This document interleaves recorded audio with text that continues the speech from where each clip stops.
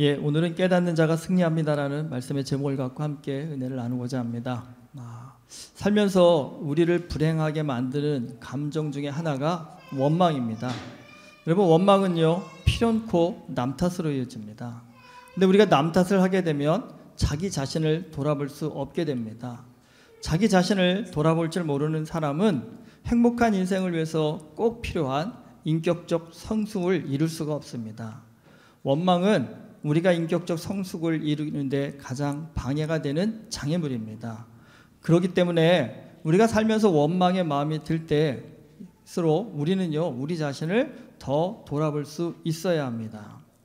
하나님께서 가라고 하셔서 아브라함이 큰 결단을 하고 가나안 땅으로 이주를 합니다. 문명이 발달한 도시의 모든 편리함을 버리고 불편한 시골로 아브라함이 순종해서 갔습니다. 아브라함이 원해서 간 것이 아니라 하나님께서 가라고 하셨습니다. 그럼 하나님께서 아브라함이 새로운 환경에 잘 적응할 수 있도록 모든 환경을 당연히 잘 만들어 주시지 않을까요? 그러나 현실은요, 그 반대였습니다. 아브라함이 간 그 땅에 기근이 들었습니다. 아브라함이 간 가나안 땅은요, 물이 아주 귀한 곳입니다. 그래서 조금만 제때에 비가 안 내려도 가뭄이 쉽게 드는 곳입니다. 가뭄이 들면 농사를 짓기 어렵고 또 풀도 제대로 자라지 않아서 양과 염소 등을 기르는 유목민들에게는 아주 힘든 상황이 벌어집니다. 아브라함에게 그런 일이 벌어진 것입니다. 내가 자원한 것도 아니고 하나님이 가라고 해서 왔는데 이런 상황이 벌어졌습니다. 여러분, 내가 만약 아브라함이었다면 어떤 마음이 들었을 것 같으세요? 아마 우리 누구나 하나님을 향해서 원망의 마음이 들 것입니다. 사실 가나안 땅에 가뭄이 들면 누구나 대안으로 선택하는 곳이 애굽입니다. 애굽은요, 나일강이 흘려서 가뭄이 들어도 농사를 짓는데 큰 지장을 받지 않습니다. 그래서 가나안에 가뭄이 들어 식량이 부족해지면 가나안 사람들이 애굽으로 내려가 식량을 구하는 일, 그건 아주 흔한 일이었습니다. 그래서 아브라함도 다른 사람들처럼 애굽으로 내려갔습니다. 그런데 문제가 있었습니다. 아브라함의 아내 사레가 너무 예뻤습니다. 성경이 자꾸 예쁘다고 하니까 천국 가면 좀 궁금합니다. 사레가 얼마나 예뻤길래 정말 이렇게 예쁘다고 했을까? 근데 가서 보면 알겠죠. 근데 여러분, 법과 치안이 안정된 사회에서는 이게 큰 문제가 되지 않지만 불법이 난무하는 사회에서 이건요, 굉장히 큰 문제가 됩니다. 아무리 결혼한 여자라고 해도 힘으로 뺏을 수가 있기 때문입니다. 여러분, 몽골 제국을 세운 칭기스칸 역시요, 젊은 시절에 자신의 부인을요, 다른 부족장에게 빼앗겼답니다. 근데 그 부인이 그 부족장의 아들까지 낳게 된다고 합니다. 2년 후에 징기스칸이 힘이 커져서 이 부인을 다시 되찾아온다고 합니다. 그런데 이때 그 아들도요, 징기스칸이 자신의 아들로 받아들였다고 합니다. 첫째 아들로요. 근데 여러분, 이게요, 유목민들의 세계에서는요, 굉장히 흔한 일이었다고 합니다. 애굽으로 내려간 아브라함이 아내 사레의 미모로 말미암아 너무 불안했습니다. 그래서 아브라함은 이런 불안함을 피하고자 아내를 누이라고 말합니다. 왜냐하면 누이라고 하면 원하는 사람에게 시집을 보낼 수도 있기 때문입니다. 사실 여러분, 오늘 우리 상식으로는 도무지 이해가 안 갑니다. 살기 위해서 한 일이라고는 하지만 이렇게까지 해야 하나 싶을 정도로 너무 아브라함이 비굴해 보입니다. 그런데 하나님께서 아브라함을 정말 최악으로 몰고 가십니다. 아무리 누이라고 속여도 누구도 관심을 안 가지면 아브라함이 그나마 위기를 피해갈 수 있었을 텐데 애굽의 바로가 사레의 미모에 반해서 사레를 궁으로 데려가 버린 겁니다. 여기서 좀 아브라함의 마음을 한번 생각해 봤습니다. 아내를 보내고 나서 아브라함은 어떤 마음이 들었을까요? 아마 지나온 세월들이 한번 좀 스쳐 지나가겠죠. 하나님이 가라고 해서 가나안 땅에 왔는데 그 땅에 기근이 들어서 그것도 원망스러운데 먹고 살자고 내려온 애굽에서 아내까지 빼앗기는 이런 기막힌 상황이 아마 아브라함은요, 화가 날 정도로 원망스러웠을 것 같습니다. 여기서 가만히 생각해 보면 아브라함이 자기 멋대로 살다가 이런 어려움을 당하면 그럴 만해 할 텐데 믿음으로 순종한 아브라함을 하나님은 도와주시기는커녕요 정말 코너까지 몰고 가고 계십니다. 왜 그러셨을까요? 여러분, 우리 항상 듣는 말씀이 있죠. 우리 모든 삶의 순간에는요 하나님의 뜻이 담겨져 있습니다. 그리고 그 뜻을 볼 수 있는 사람은 믿음으로 승리하지만 그 뜻을 볼 수 없는 사람은 원망과 불평만 하다가 망한다고 합니다. 여러분, 이 말씀이 진리입니다. 맞습니다. 하지만 아무리 그래도 지금 이런 상황에서 아브라함한테요 가가지고 야, 하나님의 뜻이 무엇인지 좀 깊이 생각해봐, 그런 말을 한다라는 건요 정말 너무 잔인한 말이 될 수도 있을 것 같습니다. 그런데 여러분, 정말 어렵지만 그래도 한번 깊이 이 상황을 되짚어 보면요, 여러분, 사람은요 극한 상황에 내몰리기 전에는 사실 믿음을 잘 갖지 못합니다. 여러분, 우리 정말 큰 믿음을 가진 분들의 간증을 들어보면 대부분 어떻습니까? 정말 완고했던 그 마음이 큰 사고를 당하거나 죽을 병에 걸렸다가 극적으로 회복된 경우, 그런 경우에 믿음을 갖는 경우를 많이 보게 됩니다. 그러니까 살면서 내가 어쩔 수 없는 극한의 상황, 사실 이건 누구에게나 가장 고통스러운 순간이지만 이 순간이 또 역으로요 우리가 하나님을 만날 수 있는 최선의 때이기도 하다라고 성경은 우리에게 말해주고 있습니다. 아브라함이 하나님의 말씀에 순종해 가나안 땅으로 왔지만 여러분, 아브라함도 아직은요 믿음이 뭔지를 잘 몰랐습니다. 그러니까 살면서 위기를 만나고 어려움을 겪게 될 때 믿음으로 해결하는 것이 어떤 것인지를 사실 아브라함도 지금 제대로 알지 못하고 있습니다.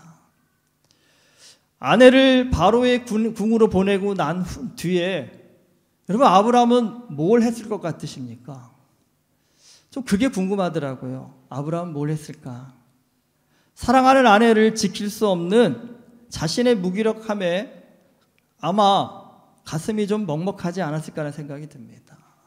여러분, 살면서 이렇게 먹먹함이 들 때 보통의 남자들이라고 하면 뭐 하겠습니까? 술 마셨겠죠. 정말 모든 걸 다 잊고 싶을 정도로 인사불성이 될 정도로 술을 마시지 않았을까요? 하지만 저는 아브라함이 술을 의지해서 그 상황을 피해가지는 않았을 것 같습니다.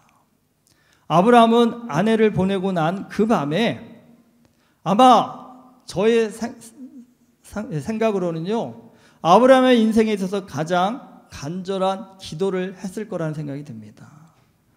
분명히 아브라함도 사람인지라 하나님을 향해서 원망의 마음도 있었겠지만 그래도요 지금 이 상황에서 구원해 주실 분은 오직 하나님 한 분뿐이기에 도와달라고, 하나님 이 상황 좀 해결해 달라고 아마 아브라함이 할 수 있는 인생에서의 가장 간절함을 담아서 기도를 했을 것입니다. 믿음의 사람에게 가장 강력한 무기는 다 아시다시피 기도라고 합니다. 그런데 우리가 아무리 하나님을 믿는다고 해도 여러분, 이 강력한 기도의 능력을요 누구나 갖는 것은 아닙니다. 그러면 누가 이 강력한 기도의 능력을 갖게 될까요? 가장 최악의 순간에서 가장 간절한 기도를 통해서 하나님의 응답을 받아본 그 사람, 여러분, 그 사람이 기도의 능력을 제대로 합니다. 하나님께서 지금 아브라함을 괴롭히시려고 이 상황을 만드신 것이 아닙니다. 인간적으로는 지금 너무 비참하고 너무 고통스럽지만 하나님은요 이 상황을 통해서요 아브라함에게요 기도의 능력을 알게 하시기 위해서 어쩌면 아브라함이 이처럼 코너까지 몰고 가신 겁니다. 왜 그럴까요? 여러분, 이 기도의 능력을 알아야 아브라함이요 앞으로 믿음으로 살아갈 수 있기 때문입니다. 우리도 살다 보면 비참해지기도 하고요, 살다 보면 어려운 환경을 만나서 왜 나만 어려워야 되는지 그런 원망이 앞설 때가 많습니다. 여러분, 그 상황에서 이걸 기억해 주십시오. 하나님 왜 나한테만 이러십니까? 라고 하지 마시고 그 상황에서 한번 간절한 기도를 해 보십시오. 기도가 나의 삶을 어떻게 변화시키는가를 여러분, 우리의 그 간절한 만큼 크게 배울 수 있습니다.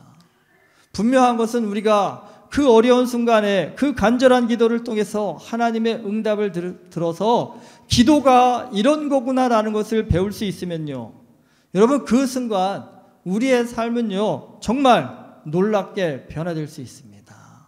나도 좀 변화되고 싶다, 나도 좀 다르게 살아보고 싶으시다. 답은 하나입니다. 기도의 능력을 체험하여 아는 것입니다. 여러분 상황이 어려울수록 하나님이 나로 하여금 기도의 능력을 배우라고 하시는구나 라고 깨달으시고 한 번쯤 간절한 기도의 능력을 경험해 보심을 통해서 깨달아 아는 우리 모두가 되기를 주님의 이름으로 축복합니다. 아브라함은 이 어려운 상황을 통해서 기도를 배웠습니다.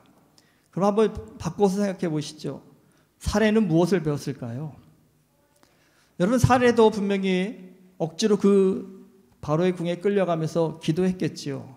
하지만 여러분 아브라함은 정말 사례를 보내고 나서 아무 할 일이 없어서 정말 기도만 할 수 있었던 그런 상황이었다 한다면, 사례는요 바로의 궁에서 새로운 사람들과 환경을 만나면서 굉장히 바빴을 것입니다. 그런데 그 새로운 환경이요 여자인 사례에게요 굉장히 유혹적으로 다가왔을 것 같습니다. 아브라함은 유목민입니다. 유목민들은요 천막을 치고 이리저리 돌아다녀야 합니다. 그렇기 때문에 유목민들은요 최소한의 살림만을 가집니다. 그런데 바로의 궁전은요 그 당시 세계에서 가장 럭셔리한 곳입니다. 온갖 화려함이 넘치는 곳입니다. 여러분 사례가 만약 세속적인 여자였다면 사실 속으로요 기뻐하지 않았을까요?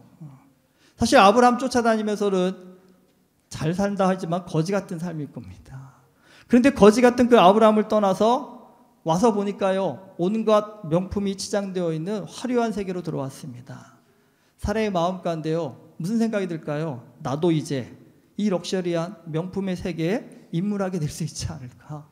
정말 나 인생에 새로운 장이 열리는 거 아닐까? 여러분 세상적인 여자라면 이런 생각 하지 않을까요?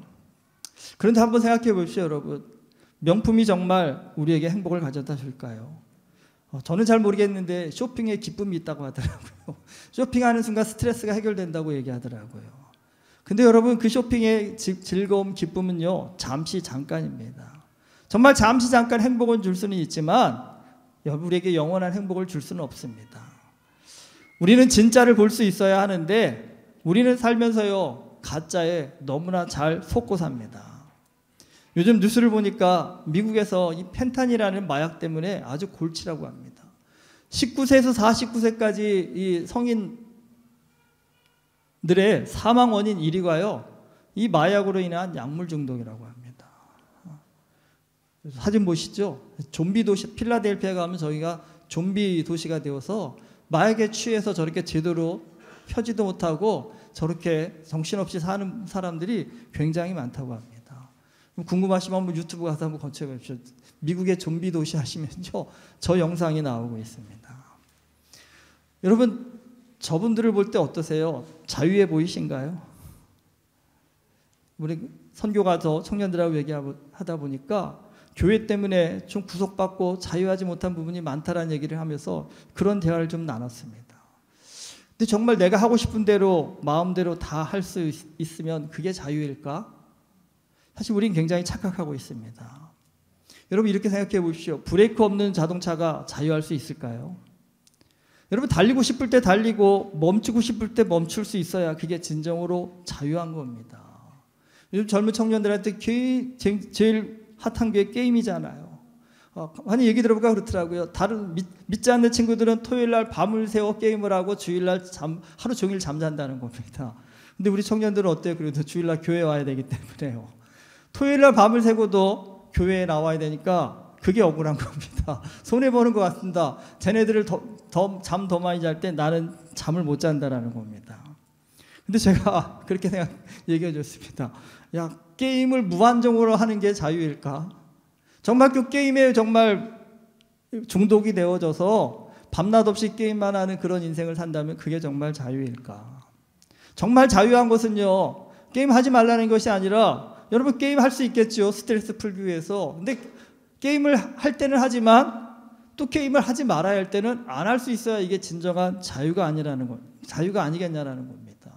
그런데 이게 구별이 안 되어져서 밤낮 없이 게임에만 몰두하게 된다 한다면 그건 자유가 아니라 오히려 구속이라는 겁니다. 결국은요, 주일 예배를 그렇게 나쁘게만 생각하지 말라는 겁니다.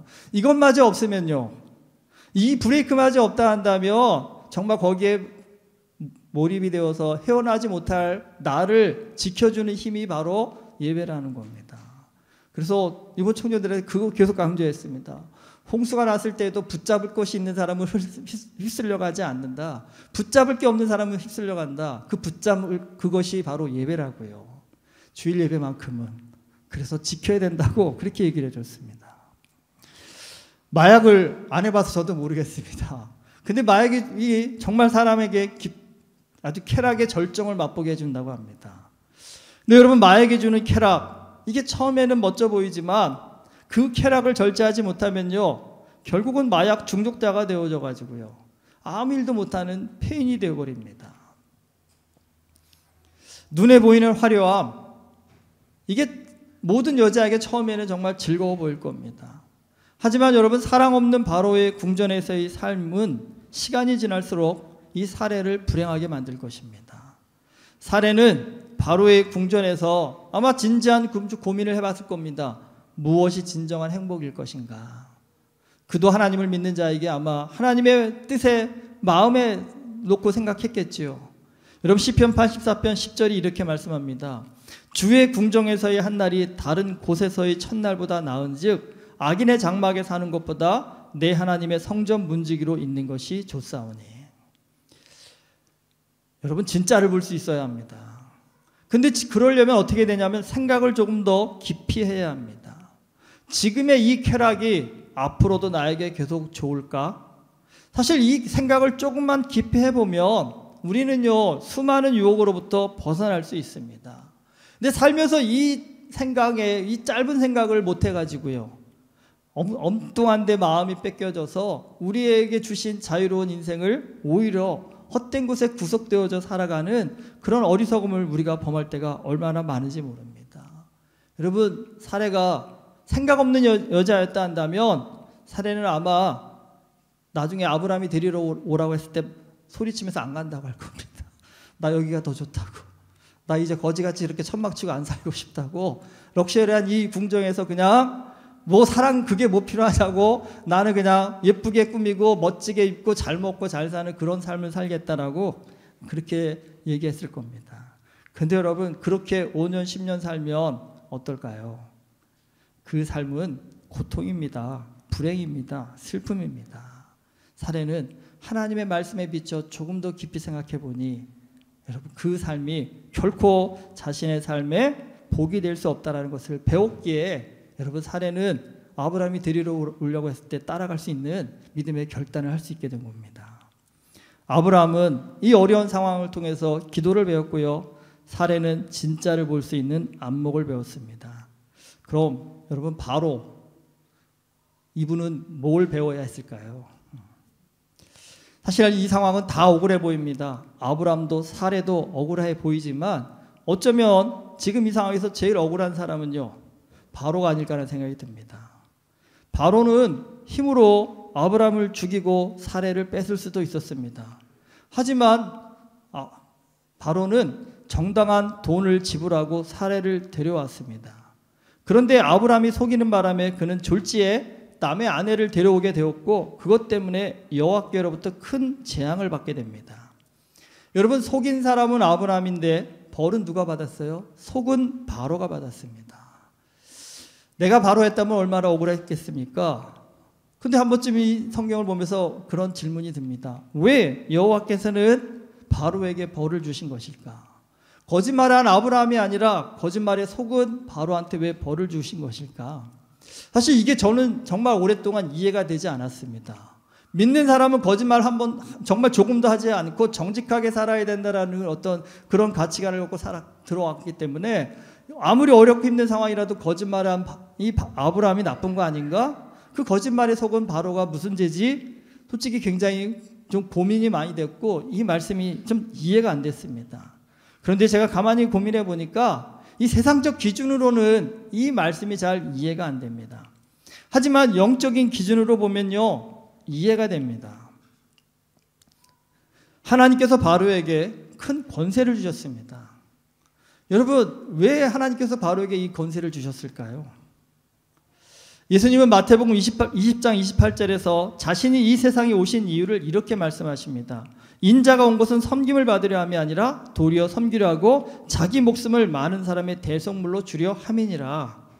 여러분, 하나님의 아들인 예수님은 섬기기 위해 이 땅에 오셨습니다. 하나님께서 예수님께 남다른 능력과 권세를 주신 이유는요, 섬기라고 주신 것이라는 겁니다.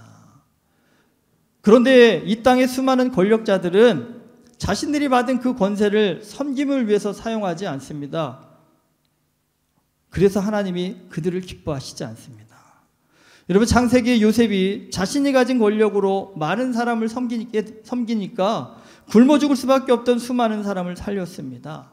그런데 바로 역시요, 그런 권력을 가진 사람입니다. 그런데 그는 그 권력을 고작 남의 아내 빼앗는 일에 사용한 것입니다.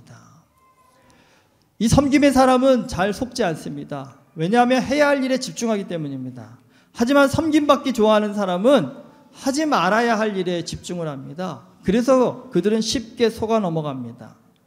오늘 말씀 14절과 15절에 보면요, 애굽 사람들이 사례의 심히 아랫담을 보았고 바로의 고관들도 그를 보고 바로 앞에서 칭찬하였다고 했습니다.